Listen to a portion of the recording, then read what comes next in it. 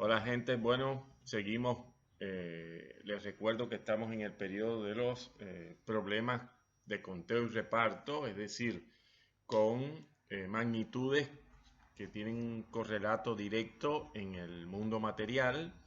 Y ayer, o sea, en la clase anterior vimos a Mesopotamia, hoy vamos a ver a Egipto, que es probablemente junto a China las dos civilizaciones que tienen algo así como un embrujo con respecto a nosotros por una cuestión subjetiva, todas las películas que hemos visto, bueno, de distintos tipos, pero que nosotros lo que nos interesa es la parte en general de la ciencia y en particular de la matemática.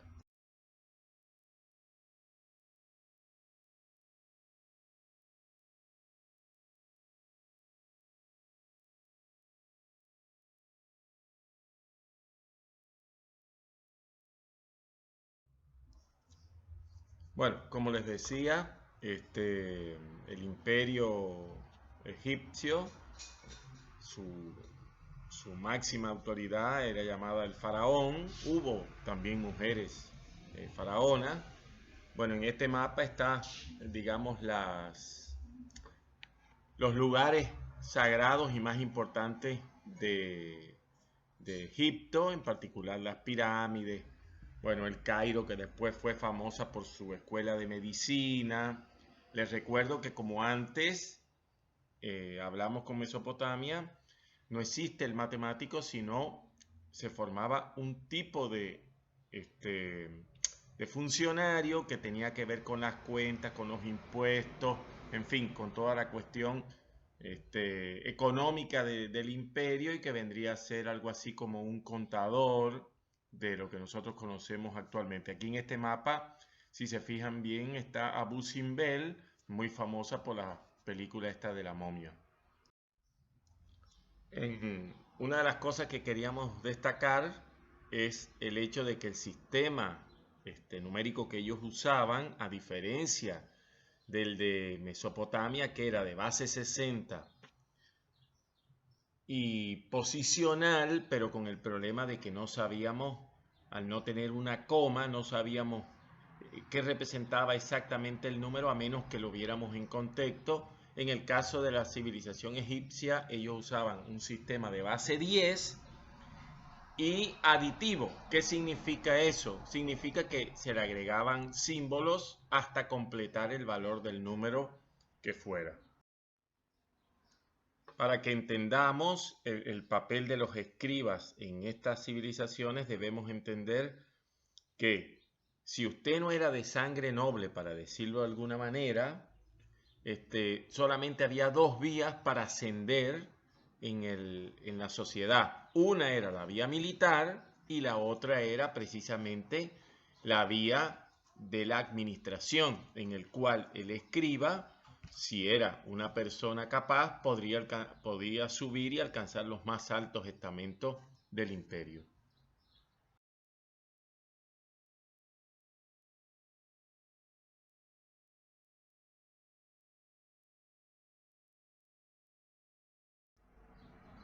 Aquí están los cinco papiros más famosos. En realidad, desde el punto de vista matemático, los dos más importantes, el papiro Ring, en honor del egiptólogo escocés que lo descubrió, que lo encontró, y el papiro de Moscú. Ellos dos matemáticamente son los más importantes. Si bien el papiro Ring tiene más problemas que el papiro de Moscú, los problemas del papiro de Moscú son de índole matemática más importantes que los del papiro Ring, sobre todo porque fue hecho en una época posterior. Por ejemplo, en el papiro Ring existe el primer ejemplo de una progresión geométrica, ¿verdad? Que es la que representamos aquí y donde se pide que al final cuántas medidas Hecat en egipcio de cereal había al final en la casa. Ustedes se dan cuenta que es un tipo de juego de niños, pero es el primer ejemplo de progresión geométrica que se conoce.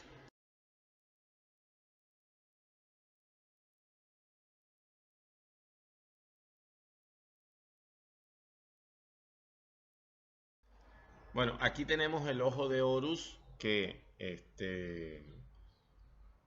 seguramente lo han visto por ahí, ya sea en tatuajes o en algún tipo de calcomanías pegadas, qué sé yo, por distintos motivos. En particular, desde el punto de vista matemático, que es el que nos interesa, el ojo de Horus es importante porque tiene representadas las 6 fracciones, digamos, de potencias de 2 más importantes. Y les recuérdense que estamos hablando de fracciones unitarias, es decir, fracciones cuyo numerador es 1 y el que varía es el denominador. Ahora vamos a seguir hablando de este detalle. Bueno, en realidad no todas las fracciones tenían representante, o sea, no todas las fracciones se llevaban a fracciones unitarias, porque por ejemplo 2/3 tenía un símbolo propio, pero había distintas fórmulas para hacerlo. El gran problema, para decirlo de alguna manera, es que esta representación no es única, ¿verdad? En un documento adjunto después les vamos a dar más información al respecto, pero ese es un problema que hay, es decir, no hay unicidad en la representación de una fracción dada en fracciones unitarias. Puede tener 2 sumando, 3 sumando o la que sea, o la cantidad de sumando que sea, en dependencia del proceso que se utilice. Con lo cual nos damos cuenta que ellos no tenían una única fórmula para reducir fracciones arbitrarias a fracciones unitarias.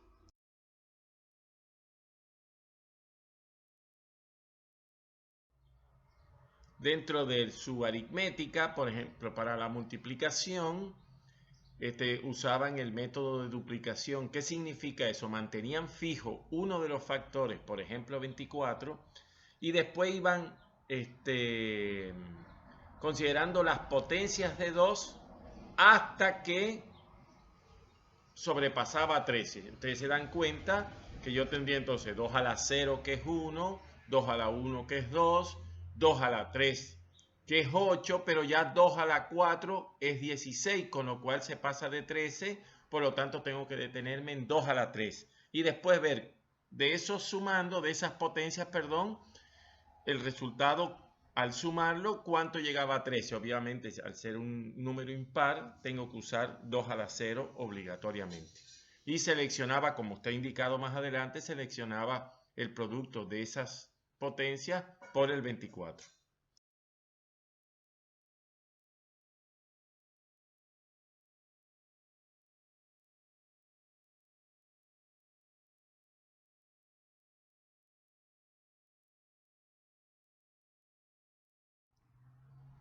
Como les decía, se buscan las potencias de 2, de ahí el nombre de duplicación, en el cual la suma de ellos da el factor que no dejamos fijo, en este caso 13. Y ahí siempre se tomaba el más pequeño para ser más fácil, menos operaciones.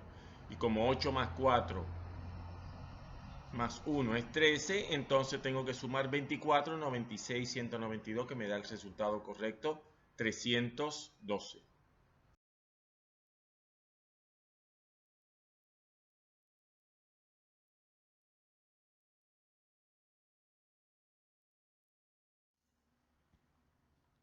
Que es un ejemplo más complicado, también se dan cuenta que para obtener 246, bueno, tengo que sumar estos factores que están seleccionados aquí, por supuesto, al multiplicarlo por 7635, da lo que está en la columna de la extrema derecha, la suma de ellos da ese número. Pusimos un ejemplo un poco amplio, pero grandes números para que vieran exactamente el proceso en sí mismo. La división era un proceso similar, aunque se darán cuenta que al que se duplicaba era al divisor, en este caso 14. Yo estoy pretendiendo dividir 300 entre 14. Obviamente, ya no puedo, cuando yo voy duplicando 14, 28, 56, 112, 224, ya yo no puedo seguir porque el otro sería 448, que es mayor que 300, por tanto debo detenerme en 224 y ver cuáles de estos sumando que están acá me dan 300. y entonces selecciono la potencia de 2.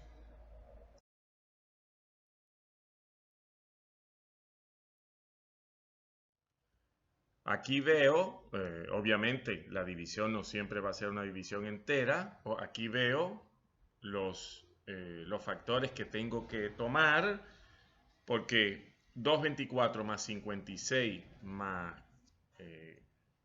14 eran precisamente los números que me permitían dividir a mí, porque me da 294, que no se pasa de 300.